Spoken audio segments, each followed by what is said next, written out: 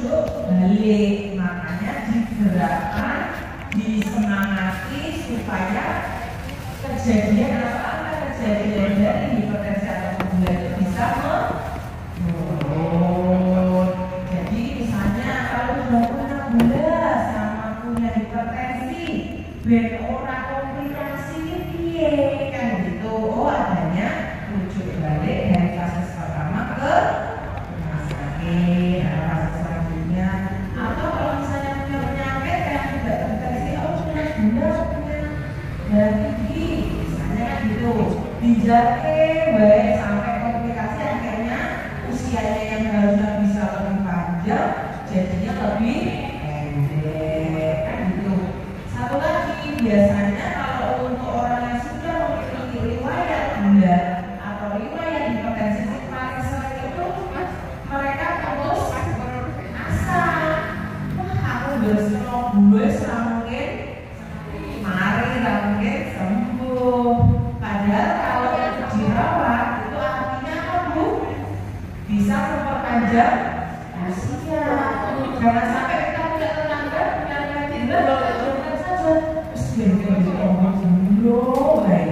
Kurang-kurangan udah padahal ya. Bukan kurang DKI gula. Jadi gula itu kalau dirawat atau dijaga pola makan gula istilahnya bukan semua ya dia, tapi memperpanjang ya usia. Oke. Kira-kira seperti itu ya Bu, kita masuk ke materi biar cepat. Ya. Kalau orang yang baru mungkin belum kenal sama saya, Pak Panjo. Halo Pak Panjo. Ya. Pak Panjo, dengan saya bilang ini dengan teman-teman semuanya. Oke, sekarang kita lanjutkan ya, apa itu hipertensi? Hiper kebayarannya apa Bu? Hipo. Kalau hiper itu tinggi, kalau hipo itu rendah. Hipertensi berarti tensinya tinggi. Oke, mereka. Nah, tensi tinggi itu sebetulnya kriterianya yang seberapa? Dikalikan aja, kalau lebih dari 140 berarti termasuknya sudah hipertensi. Siapa yang bisa ingat kalau tensinya 140 ke atas? Oh, kabeh.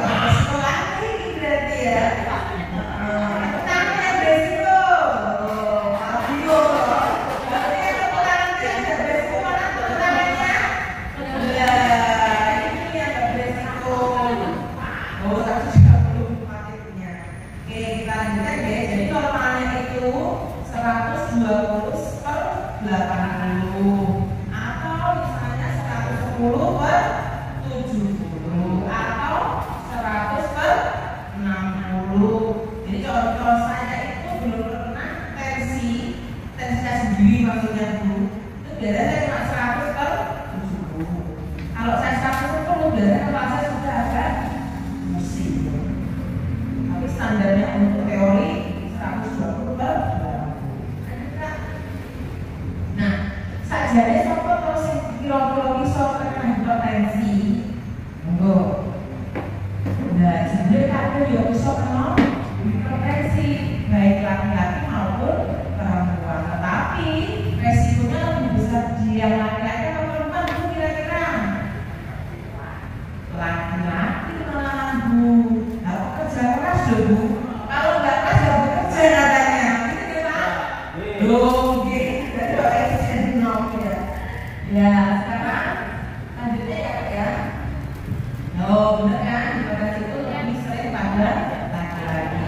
Lanjutnya, nah perempuan juga bisa di sini untuk biasanya konsumsi pil atau pil KB itu pil kontrasepsi itu, nah itu bisa meningkatkan resiko hipertensi. Makanya kalau punya saudara atau anak yang sudah memiliki tensinya tinggi itu tidak disarankan untuk menggunakan pil kontrasepsi atau pil KB itu ya. Selanjutnya, nah hipertensi itu juga dialami sama orang yang stres. Jangan dibayangkan orang stres gejala ya Bu. Awal ini kadang-kadang ya orang stres, gitu kan? Kita sih dengan stres. Pak Panjo yang stres itu Pak. Oh sering ya? Pak Panjo sering Pak gitu. Bercanda.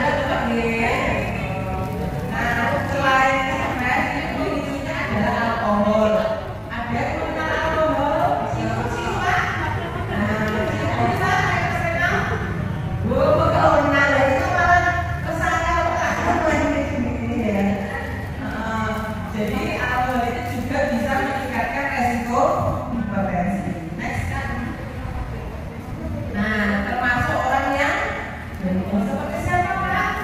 Seperti saya.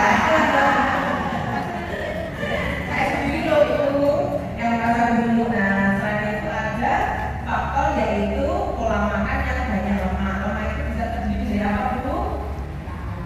Ayam katanya kan bagian apa dia banyak lemaknya? Kulit. Apa tadi Bu? Kulit ya yang paling yang paling kulit ya.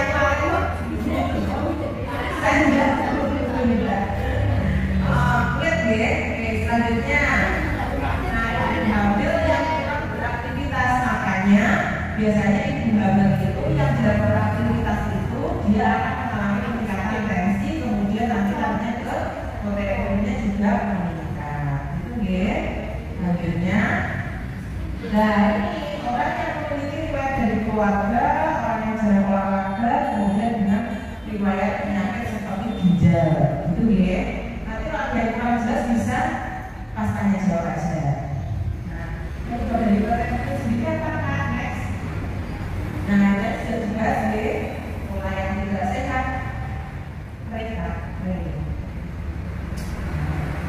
pola hidup yang tidak sehat, tidak seimbang, genotik atau keturunan, kemudian banyak lemak tadi, kurang juga, kesembuhan, merokok, alkohol, stres, dan juga kurang istirahat. Ini sudah dibahas ya. Selanjutnya, nah gangguan pada fungsi organ itu ada kelainan, penyakit jantung dan juga pembuluh darah. Kemudian nanti juga ada gangguan pada penyakit ginjal, gula sama gangguan hormon. Gitu ya. Nah, di sini Pak Ari berpendapat bahwa hipertensi itu bisa diturunkan secara herediter atau bahasanya gaulnya itu diwariskan. Waris itu ya dulu. Mau warisan ini duit atau tanah itu ya dia. Jadi sih diwariskan dulu. Kalau pas itu sih terus diwariskan dulu Bu. Bukan ya. Tapi tidak semua orang bisa menolak karena itu namanya warisan itu berarti wis turun temurun. Orang jauh lebih kayak gitu ya. Tapi perlu disyukuri gitu ya. Nah, terus apa yang ditimbulkan oleh hipertensi? Next. Hipertensi itu bisa menyebabkan komplikasi itu jika tidak tertangani dengan tepat dan cepat. Nah, itu bisa menyebabkan apa Bu? Stroke. Kalau anak bisa mengalami glaukoma atau kebutaan. Kebutaannya itu bukan buta setengah. Pas beloknya duit sama saya ketok, pas sewu malah belok ketok ibu, gimana? Oke, nah ini kebutaannya betul-betul permanen, tidak bisa melihat sama sekali. Kemudian penyakit jantung itu tiba-tiba mendadak jantungnya orang fungsi. Jadi mungkin seperti contohnya pipis atau tidak terkontrol pipis. Mungkin kan kalau itu tingkatnya itu ya. Nah, terus ginjal itu biasanya perubahan dari kulit atau warna kulit, jadi lebih gelap. Yuk selanjutnya.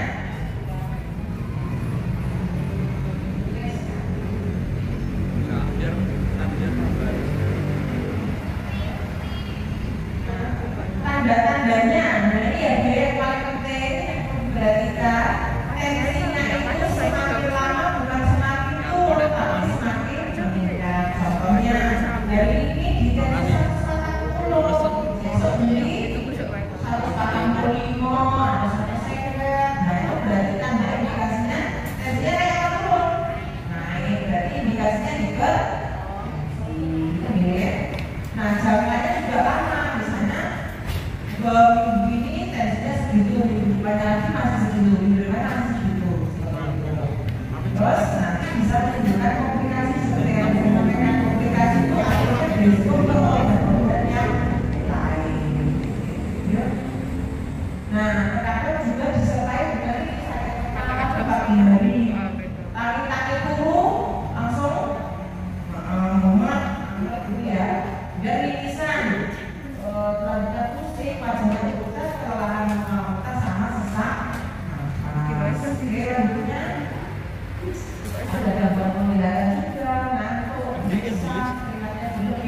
detak jantungnya detaknya lebih kencang. Pas kayak kalau dilihat masih zaman yang muda itu loh Pak. Pak dilihat Pak kayak ya, aslinya no. Nah, detaknya berdetak apa sih kalau dilihat kepanggilnya kayak apa ibunya? Nggak tetap ibunya mana ibunya? Oh lah, seperti kan jenengan waktu dulu pertama kali jumpa sama ibunya itu lebih cepat lagi gitu ya Pak ya. Nah, jedek mulai ya. Terus habis itu mata berkunang dan juga sulit. Nah, tanda-tanda dari atas juga bisa dialami oleh orang yang keadaannya normal. Jadi ada juga yang memang orang-orang beliau itu tidak merasakan yang ada beberapa orang gagas, kan gagasan. Kemudian setelah terkena belajar jasa. Nah, bagaimana cara dia tahu kalau kehidupan jasa tidak? Nah, Pak, Bu, kalau sudah dideteksi dengan itu potensinya itu sudah mulai di atas 140, berarti ibu harus segera kemana? Periksa. Periksa kemana? Boleh ke dokter, boleh ke bidan, boleh ke dokter atau perawat. Semuanya punya skill, oke? Nah, sudah tadi sudah mengumpul tekanan darah. Ibu berapa hasilnya? Dengan tinggi betul? Tinggi 1,8 itu lumayan ya. Sebelumnya berapa?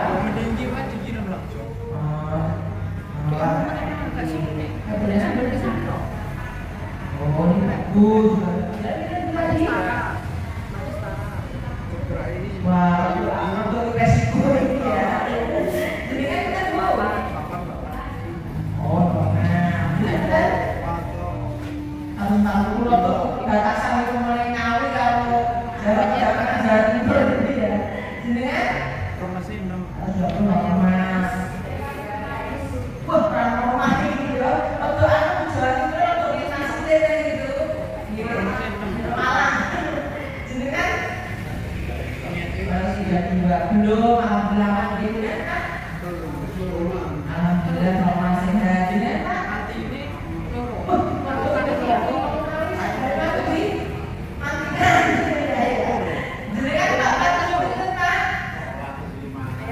Wah, ini halal untuk kita makan itu besok dulu. Jadi kan? Tapi normal aja. Tapi yo ribet itu ngawi gitu, ngawi. Kak beli kan?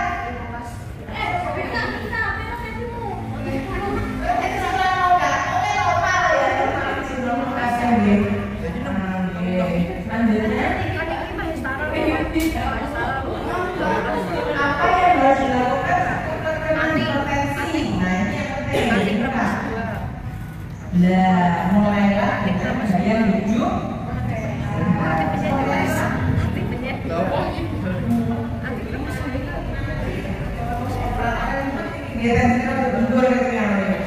Lah, kurangi berat badan bagian berlebih, kemudian asupan darahnya disuduh. Terus habis itu banyak konsumsi yang tinggi kalsium, kalium, sampai semua vitamin ya, omega 3, bisa dan vitamin. Tapi yang paling penting, yang paling gampang dia tiga mana Pak, Bu? Berserat aja bisa berserat ini misalnya saya namanya KS bisa nanti bisa itu kan kalau nanti bisa punya nanti terpaksa kerja bisa ikut tapi yang paling penting banyak kayak itu juga imun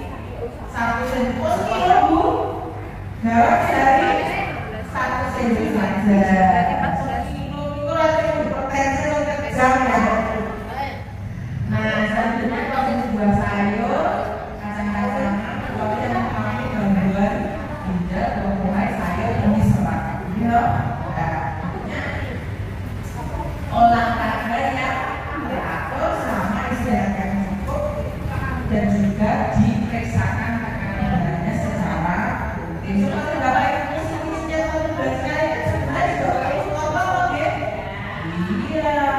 Lah kok kalau masih kerja kontrol ini potensi kontrolnya di normal kabeh kok piye? Yang di sebelah tombolnya itu, tombolnya di sana itu apa ya tadi di normal ya? Oh belum tertarik. Besok ditarik-tarik Bu. Oh ini. Tidak kesehatan. Ya lanjutnya.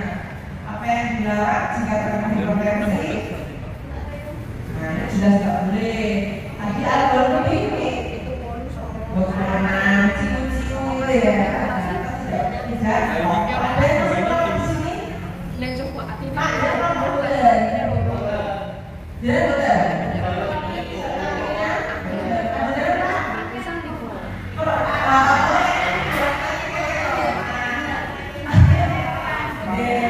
Perokok itu ada dua, perokok akut dan perokok pasif.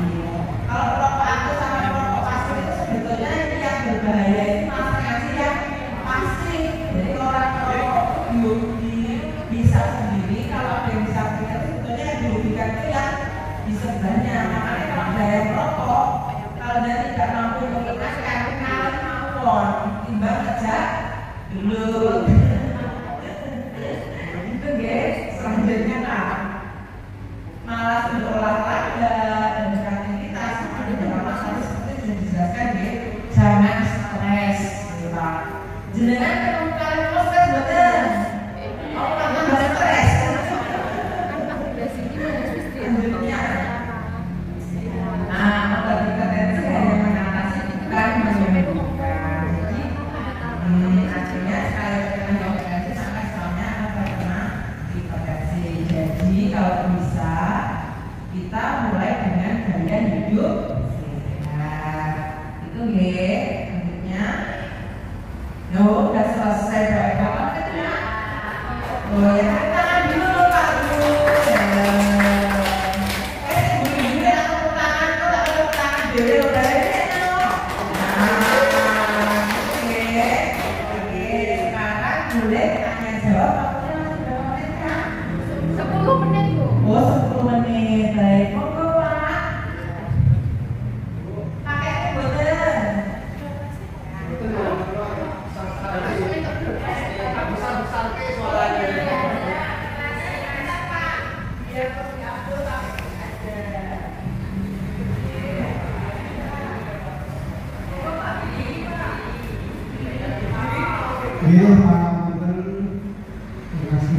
Saya Pak Bruno. Mau tanya Bu, berapa minggu atau berapa bulan sekali kita harus periksa tensi? Karena alhamdulillah ini saya periksa 125. Biasanya 3 bulan terakhir tapi saya 150.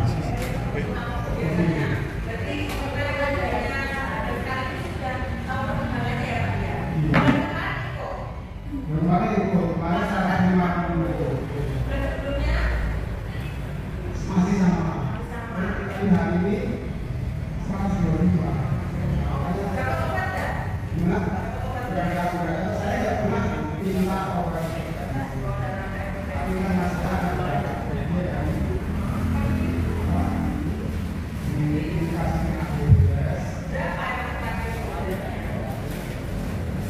Kalau kemarin dia sebetulnya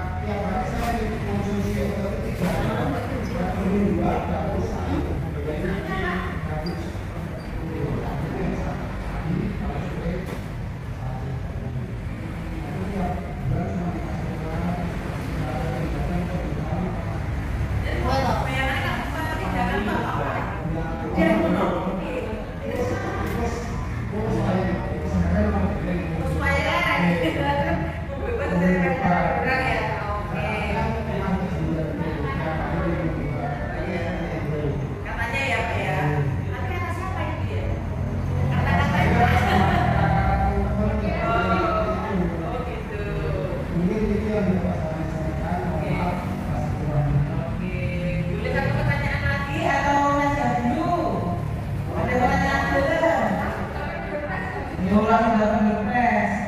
Ada pertanyaan dulu, saya lihat pertanyaan. Tak jawab dulu nanti ya Pak. Saya bertanya untuk apa kedatangan dan tinggi atau rendah itu apakah harus berpasangan antara yang tinggi dan yang bawah?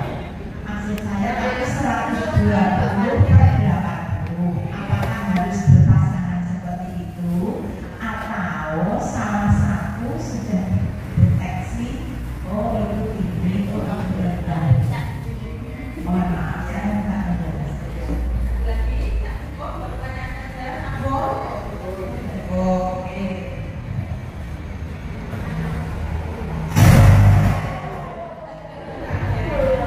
Oke, pertanyaan yang bagus dari Pak Dono gitu. Jadi Pak Dono itu menceritakan sebaiknya itu kalau kita punya riwayat hipertensi, kontrolnya itu setiap berapa bulan sekali atau mungkin berapa minggu sekali atau setiap hari. Mungkin gitu ya Pak ya pertanyaannya. Waktu itu pertanyaan tadi sudah ya benar. Ya. Oke, sebetulnya jenengan kalau misalnya mau ngecek tensi itu sebenarnya bisa di rumah kalau punya alatnya. Tetapi kalau anda tidak punya, kalau setiap hari ke klinik ternyata diperbolehkan betul. Boleh. Tetapi efektifnya ketika jenengan punya kegiatan tensi itu kan biasanya kan diberikan obat itu dalam jangka waktu berapa? Contohnya Pak Dono tadi dari rumah saya diberikannya untuk 1 bulan atau 1 bulan atau 2 minggu? 1 bulan Ibu. 1 bulan ya. Jadi gini, kenapa diberi jadi gini ya? Ada dua. Yang pertama, kalau panjenengan itu diberikan obat selama 1 bulan, artinya akan ada perubahan ketika dikonsumsi obatnya dalam jangka waktu 1 bulan. Jadi benar. Nah, berarti ketika diberikan obat yang rutin itu sebaiknya jenengan bukannya sini-sini tak jaga yang cukup dong, malah lebih seperti itu. Nah, sekarang pertanyaannya, kalau pengecekan itu secara rutin, gitu, tadi 1 bulan. Nah, kalau panjenengan itu tadi nggak mau dikasih obat ya, contohnya, atau nggak mau konsumsi obat karena takut Video tiba-tiba mati ini ke satu. karena merasa sudah enakan ya, karena sudah merasa enakan, terus takut juga nanti kalau konsumsi obatnya terus menerus akan dikenal pada ginjal tadi ya. Nah, perlu disadari dulu atau perlu diketahui dulu kenapa bisa ngefeknya itu ke ginjal. Kira-kira kenapa? Ginjal itu sebenarnya gampang Pak kuncinya di air. Baik klinik iso Pak. Tes klinik nak rane enggak? Cukup kita mengkonsumsi apapun baik obat yang ringan sampai obat yang berat itu tidak akan berpengaruh. Nah, saya itu kan gini, ngombene obat sering, ngombene banyu putih kurang lah, berarti yang menyebabkan sakit ginjal itu bukan obatnya, tapi kurangnya minum. Gak usah jauh-jauh Pak, saya tuh punya cerita, jadi orangnya itu setiap makan tuh tidak pernah minum, setiap hari kayak gitu, makan tapi minumnya tuh bisa dihitung kan sehari cuma 1 kali aja belum kayak belum rasa juga habis. Akhirnya apa yang terserah apa? Ginjalnya. Jadi nggak usah ngambil obat pun, kalau minumnya air putihnya kurang, berarti yang beresiko penyakit apa Pak kalian? Ginjal, bukan ginjal Pak. Nah, kalau minumnya air putih berarti tidak akan beresiko Video HP-ne mati ke ora? Nah, ciri-cirinya kalau jenengan itu misalnya mengkonsumsi obat apapun, yang perlu diperhatikan adalah warna pipisnya. Kalau pipisnya itu bening, berarti tidak ada masalah karena ginjal itu menunjukkan indikasi, oh saya ini resiko ketika jenengan pipisnya berwarna lebih gelap atau nah pipis genah. Orang sadar dari kata-katanya pipis masih genah bermasalah di gitu ya Pak. Jadi nanti kalau begini sampai berat kita ada pipis langsung sektor dan dua sektor apa ya? Betul masih. Kalau warnanya kuning artinya minum air putihnya ditambahi sampai warnanya betul-betul bening kalau pengen ginjalnya sehat. Bisa itu? Masa pakai pipisnya dewa iso Bu? Aduh, kalau belum jadi salah bisa disetor.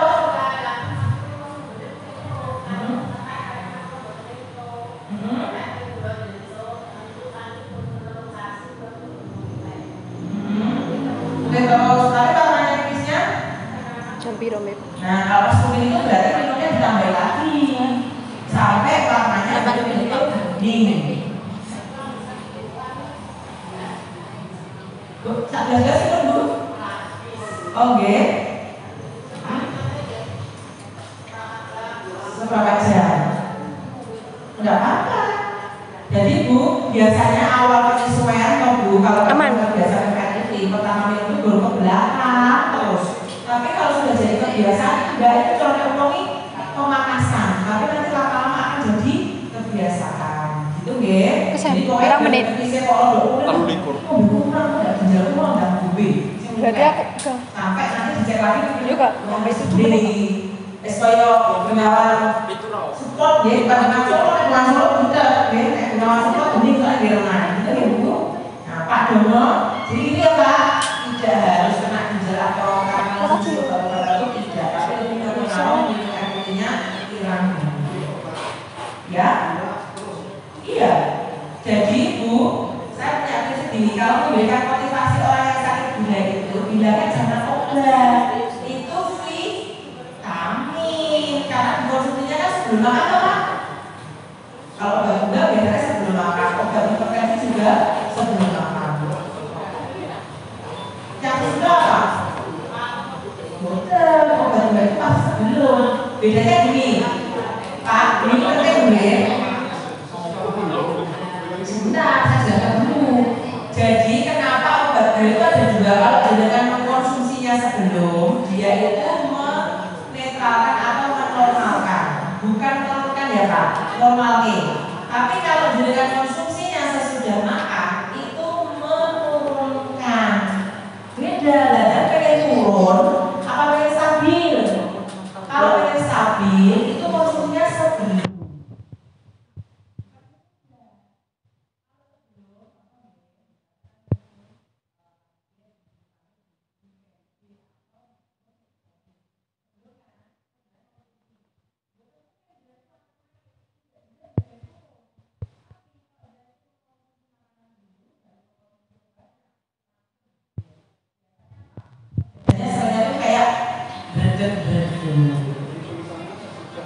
Nah, berarti perlu ditanyakan lagi konsumsinya itu sebelum atau mungkin bisa jadi petugasnya lupa. Coba ditanyakan lagi. Harusnya sih sebelum.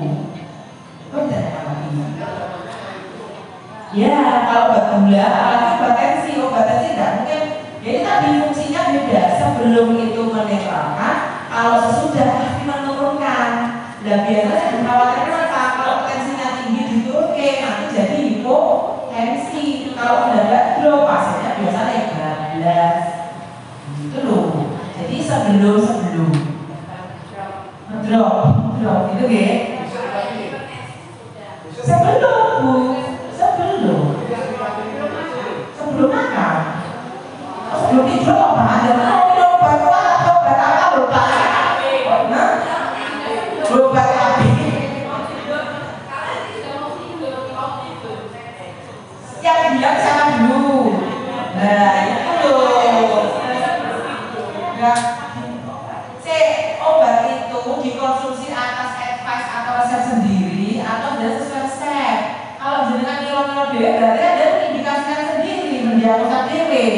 Tak ombene sak dunia itu tensi wis normal. Iya nek pas turun tensinya pas jualan pas juga. Malah pas belum tidur apa ada minum obat atau obat apa lupa. Nah, obat apa? Yang bilang sama dulu. Nah, itu loh. Nah, obat itu dikonsumsi atas advice atau resep sendiri atau sudah sesuai resep. Kalau jenengan nilo-nilo dhewe berarti ada indikasikan sendiri, mendiagnosa dhewe. Tak ombene sak dunia itu tensi wis normal. Iya nek pas turun tensinya pas jualan pas juga. Malah pas bareng hidup. Lah repot. Yang betul sebelum makan. Kalau sebelum tidur itu obat kabeh Bu, nek obat kuat apa-apa.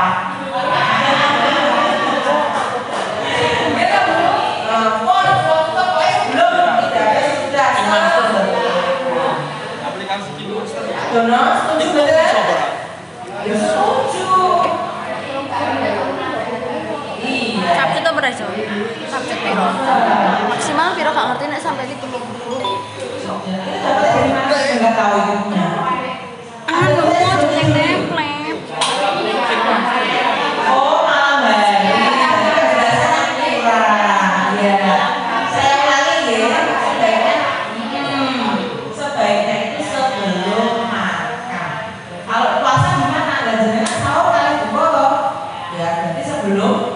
Kalau pas waktu Dokter Rosyid itu siang Mbak. Enak gak sih Dokter Rosyid gak enak ya? Puasa kan namanya pagi, siang, malam. Berarti sehari P3. Tapi kalau misalnya puasa boleh gak dikurangi dosisnya? Ya boleh, kalau kita juga kegiatannya berkurang, yang diatur juga berkurang. Yang penting sebelum sahur sama sebelum buka. Itu G. Sama Kak Dono sudah terbantu jawab? Iya betul. Tapi HP mahal. Memorinya sing tebel, ya sing oke. Udah sebelum Pak. Maksudnya sebelum. Efektifnya sebelum maksudnya. Jadi nanti kalau dicek beda.